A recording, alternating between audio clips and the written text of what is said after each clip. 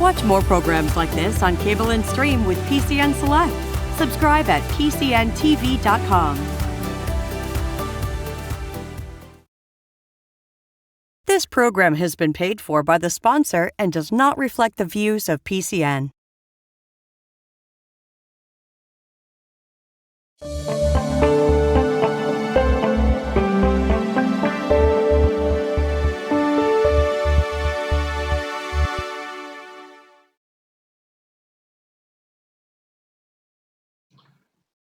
Welcome to another edition of PHRC Speaks, Fair Housing in the 21st Century.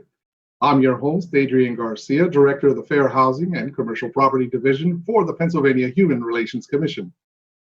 You know, civil rights has many layers that work together to achieve housing justice. You know, you have your foot soldiers of justice, including many of the civil rights leaders of the past, in the present, and of course the future. And additionally, you have housing advocates that work at helping individuals attain housing that would otherwise have been marginalized and denied access. And lastly, we have the enforcement, the people that work to attain justice through the complaint process of investigation, conciliation, mediation, and litigation. Which brings me to our guest today. Kurt Jung is the Director of Enforcement of the Pennsylvania Human Relations Commission, where he directs the enforcement process behind the enforcement activities of the Commission. In his long and distinguished career, he has held positions like state, local, and tribal program manager, attorney and unit manager of the Freedom of Information Act. He's been an administrative judge of the Federal Hearings Unit, an enforcement manager, and a federal investigator for civil rights.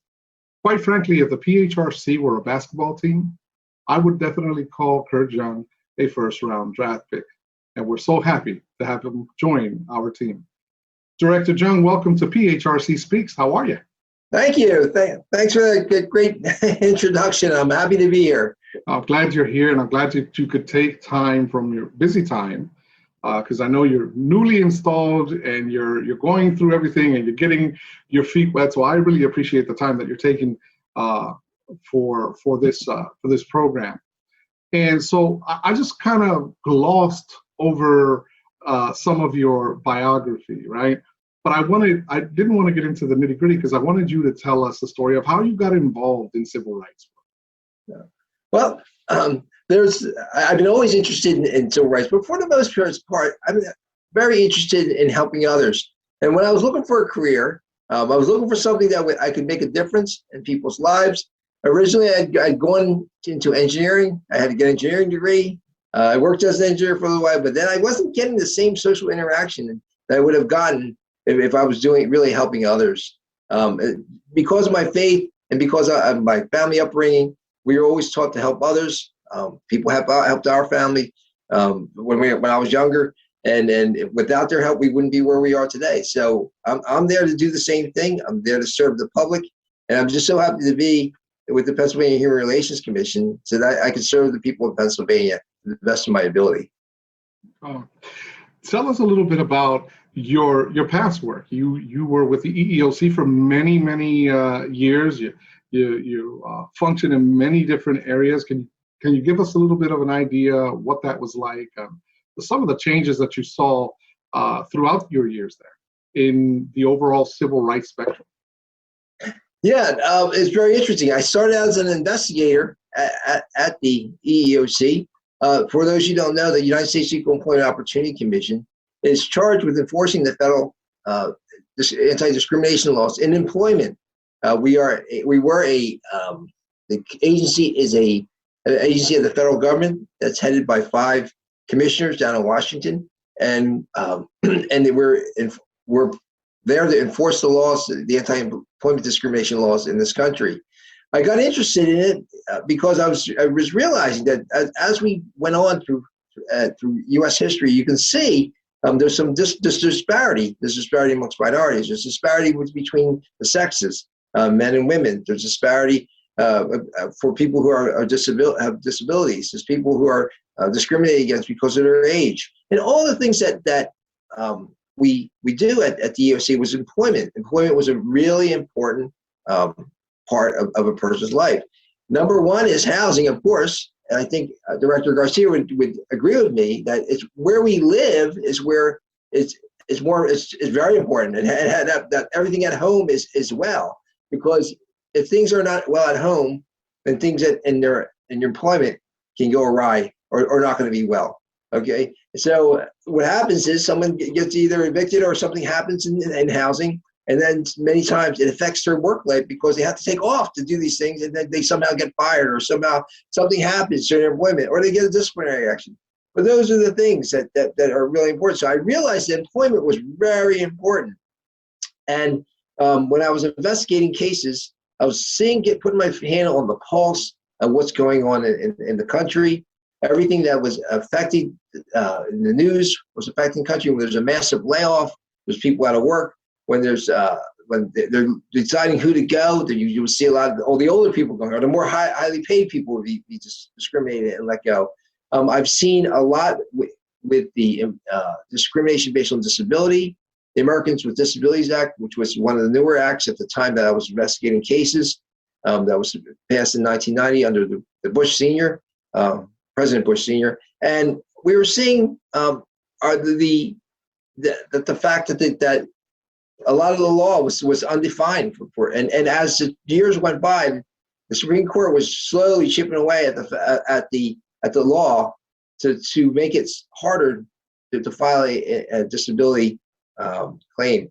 So I've seen that through my investigation. It wasn't until the AAA passed in 2008 that we redefined what the legislature was doing. And so it was really a relief to me that they were able to self-correct that through legislatively to define what is considered disability discrimination. So I've seen those type of changes throughout my career. I was a trial attorney for a little while. I got a taste of doing litigation, going to court on behalf of the EEOC. And I got to be an administrative judge to actually hear cases involving federal employees in discrimination. And lastly, at the end of my career at the EEOC, I was at the state and local program manager, and I was able to put my hand on the pulse of what was going on at the state agencies who enforce the employment discrimination laws at the state level. So it's been a great career, and I want to help people. It's not totally been satisfied, but I still have that thirst of trying to help more and more people, and that's what I'm about. No, absolutely. Let's fast forward here and get into the responsibilities that you've now joined the PHRC team. And I want to go ahead and give you the official welcome, right, on PHRC Speaks. But you've joined this team, and you are now going to operate as Director of Enforcement. What does this position mean to you at this point? And then we'll get into the specifics of what you're going to be doing with that as well. That particular position, since it's one of the top positions at the PHRC, is a great opportunity, an excellent opportunity to create a program along with the Director of Housing, as long as our Director of Communications, as well as our Director of Mediations. We will be able to create a program, a whole holistic program to help everyone. So I think what it means is that we're open for change. We're open to do things, to make things better. We're open to make the process faster, and to get out there to help all the people who are in need of our help. And so at this point, I would imagine that you're kind of looking at the lay of the land, seeing where kind of doing your own SWOT analysis, if you will. Because it's always good to see how we can evolve to the next level. We are talking about, in this particular case, we're talking about fair housing in the 21st century, but I'm sure you'll look at employment in the 21st century as well, which means something different today than it meant last year, for example. I mean, last year, we before the pandemic, we weren't doing anything virtual. We weren't working from home. We weren't learning from home. And so two things we've learned is we've learned how to work differently in our employment, and we've also learned that housing has become the centerpiece of work. So how do you see that? Yeah, I see it as actually, you're right. This year has been a deciding year to change the way we're doing things.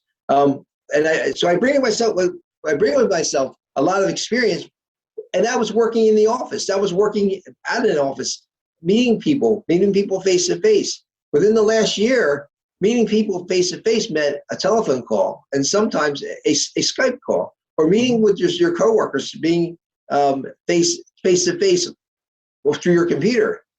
Not the same though, not the same. And it has changed our lives. There are some good things about it, and there's some bad things about it. Some of the bad things were that you couldn't actually feel and give that person a shake in the hand, shake their hand, and look them straight in the eye, and to tell whether people are telling the truth when we do our investigations. We have come to a different point in the way we investigate. In 2021, more than ever, we live in very dark times. If you look at the news, you'll see a country that's at polar odds with each other. We're seeing discrimination against Asians. We're seeing discriminations against African Americans, Hispanics, and as well as anti-Semitic views of others that are just all coming out. And one of the things we want to do is as a civil rights agency, is we want to protect the rights of others and make sure that everyone is acting within the law in the way of housing and employment. So you're right. To your point that we're in a different era is so true. And what it means is that we got to be able to adjust the way we do our business and without losing the quality of our investigations and without losing the speed and efficiency of the way that we do things. We need to look into really hard about how we're doing things, and then coming up with ideas and plans to initiate so that things don't get stale and things are being processed much faster as the best of our ability.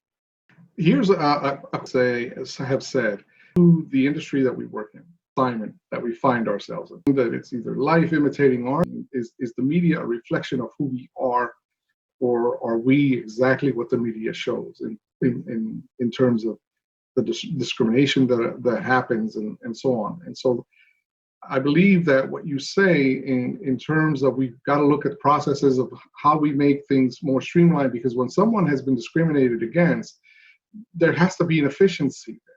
People have to know that action is being taken and that action is timely and thorough, and that it has some quality. So how do you, and I know it's early for you to get into any specifics, but how do you envision? I think it's important for our audience to know, and our audience is comprised of obviously the community at large, social service agencies, real estate professionals, municipal officials, you name it, they're on here watching. And so for the benefit of our audience, how do you envision the Fair Housing Property, Commercial Property Division and the Enforcement Division coming together and working together in this process? Okay. Well, I envision a partnership basically between Fair Housing and the enforcement folks, and we have some after being here for a little while, I knew that we had we have a lot of talent at this agency. I see people with great excitement about what they do. I see investigators wanting to get out there. However, they're my best resources, and to get to the bottom of what's going on or to enforce the law, I need to rely on them to do the best job that they can. So we're looking at our processes. How fast? Is it easy to file a complaint? Is it easy to do an investigation? Is it easy to enforce the law? And if it isn't, I envision us asking why and what can we do to speed that up. Sometimes it's a matter of outreach. People don't get to us. They need to get to us in time. They need to be timely and let us know. We need to have that engagement with the community. So I envision us doing more community outreach, like the one thing that we're doing today is getting out to the public, letting them know that, hey, we're here. We're here to talk to you. If you have issues or problems, give me a call, email me, tell me something about what you think. So I do envision us looking at what we do first, and then changing and then figuring out from that particular process how we can make that much more efficient and raise the quality of what we're doing. And by raising the quality, I mean helping people when they need help. So sometimes the investigations take a long time, and I got to find out why, because we should be processing them. If it's a matter of just of getting more people, then we need to hire more people. If it's a matter of us doing our process is so encumbered, I need to be able to try to remove those encumbrances. So that's what I envision. Yeah, I mean, it's absolutely important that we also inform the audience members that this is just part of the evolution of bringing fresh blood, a new perspective into a space where, you know, it might be able to just do some freshening up, to enhance our partnerships that we already have with the EEOC, with HUD, to enhance our partnerships with communities at large, with members of our audience, as I stated earlier, with Fair Housing Initiatives program across the states, and other human relations commissions across the Commonwealth. And so that's an important part of this process. So I don't want anybody to think, well, they're going to change things. No, we're actually looking at how we can do things better. And that's why the question comes about. You mentioned earlier, you know, is it easy for people to file a complaint? Well, one of the ways that I know that we're looking at, and our director of communication is looking at, is she's looking at our website and saying, is it easy? Who are our audience? And are we addressing what the audience needs when they come to our website?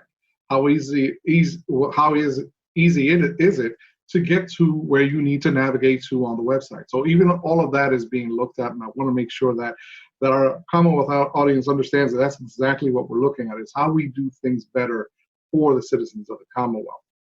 How do you believe, if you were to look at the efforts you will put into action, and you looked in your crystal ball and looked to the future, how do you believe the Commonwealth citizens will benefit from those efforts? Oh, that's a good question. If I'm idealistic and I think the way things are going to go, and I'm hoping that things are going to go, and I look into that crystal ball, we're going to be. We want to be there. We want to be there in your community. We're here to serve the Commonwealth, and that's the entire Commonwealth, not just Philadelphia, Pittsburgh, Harrisburg, the entire Commonwealth. So if people need our assistance, we're going to be there, and we're going to be there. We want to be there quickly, so that like you said, even if it's virtually, like the way we're appearing today, or even if they're able to make that phone call and get a person on the phone to talk to someone, because if they need our help, we need to be able to respond to it and actually receive those phone calls, and also even to help out industries, help out companies, make the right decisions, do what's supposed to be right, or a realtor or someone who has a question about what's the law, what am I allowed to do this, so that they would check with us and talk to us, and come to our outreach, come to our seminars, come to be a part of the PHRC community. We want to be there so that everyone's doing the right thing and they're not filing. So it's not just someone filing a complaint and trying to get help, but also other people trying to get help to do the right thing. Because in many of the cases we have, many of the landlords, many of the real estate companies, they want to do the right thing. I'm not going to say that all do, but for the most part, they want to do the right thing, and they don't want to make sure that they're giving everyone an equal opportunity to rent, to buy a house, to live where they want. People can live where they want, and also have an opportunity in their employment. So it is so important that we get out there and be there. And if I look at my crystal ball, that's the ideal world. And if I look out even 20, 25, 30, 50 years from now, the hopes is that PHRC won't even have to exist. It would be so good. Yeah, working ourselves out of a job is the dream. Absolutely. Yep. So I want to backtrack a little bit, because you did talk about efficiencies and timeliness, and I want people to understand. And I think that with your experience, you'll be able to really draw a picture. How does an untimely, inefficient process in a complaint, how does that affect the complainants when they're trying to get their rights, their civil rights protected and enforced? It can be disastrous, as you know. Everything from your home life to your employment, if we don't act, or we take years and years and years to get to something, that can be devastating.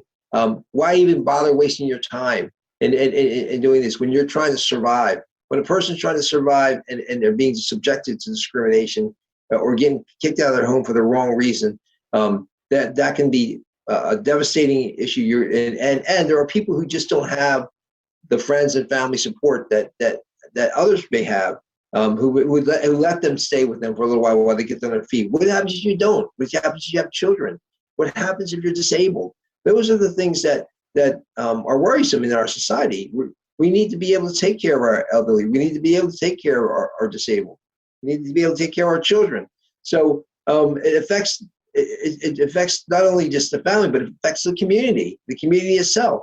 So we need to be able to get people back on their feet, being productive citizens, as well as having a happy place to live. Because if they have a happy place to live and they're doing well at home and their families are doing well, they're going to do great at work. So productivity goes up.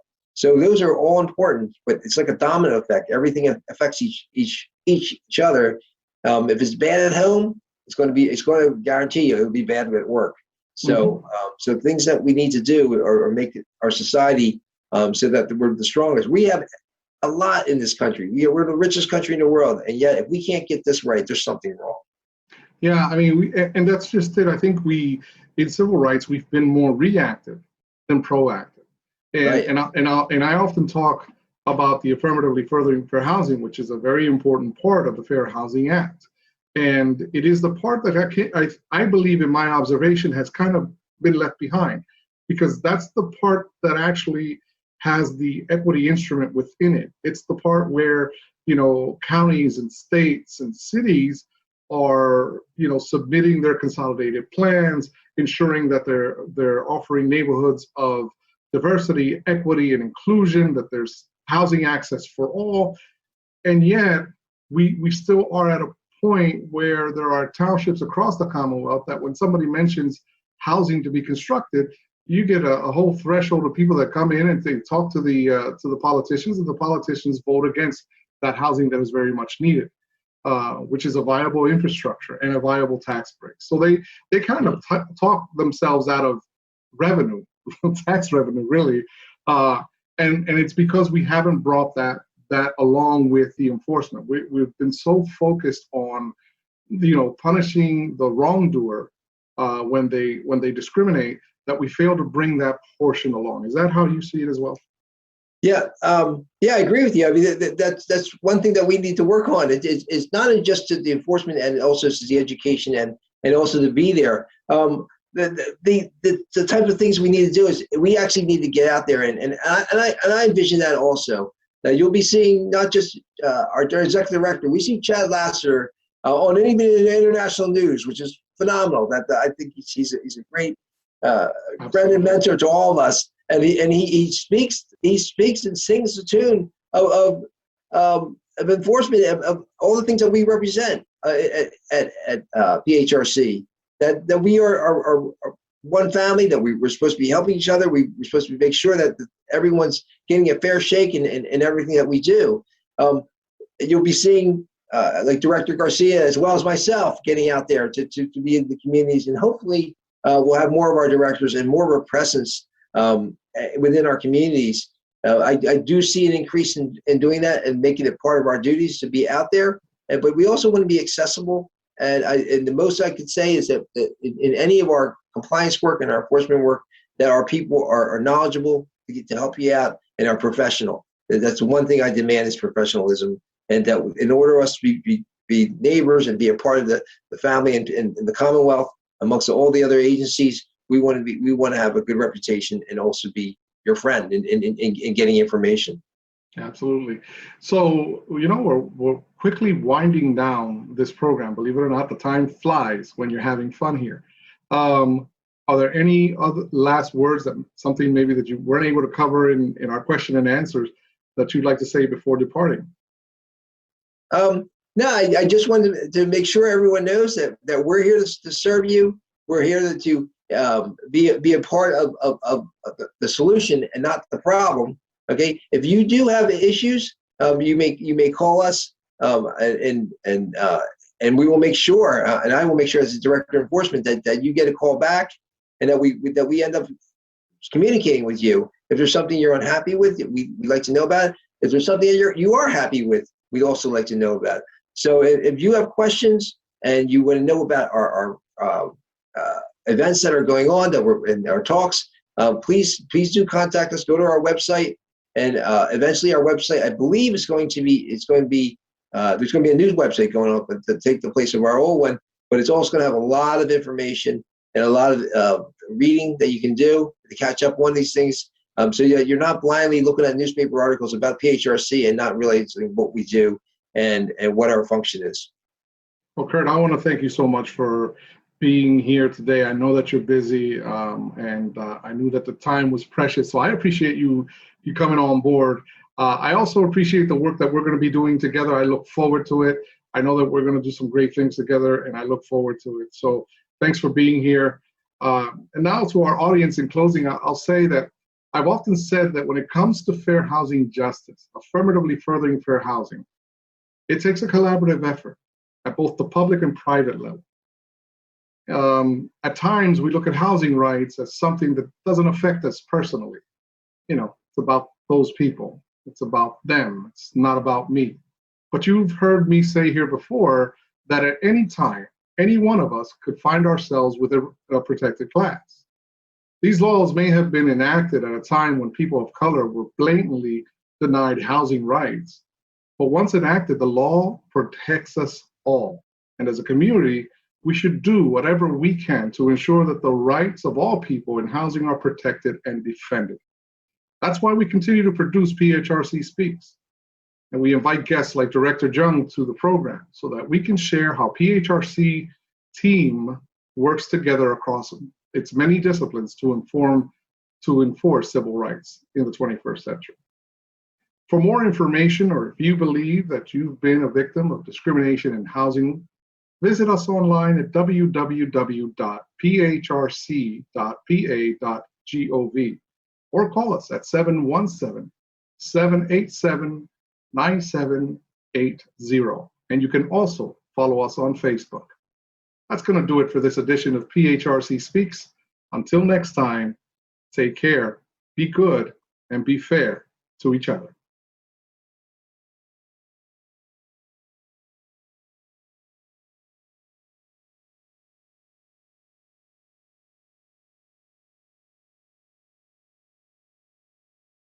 This program has been paid for by the sponsor and does not reflect the views of PCN. To get your program on PCN Fusion and for more information, contact info@pcntv.com.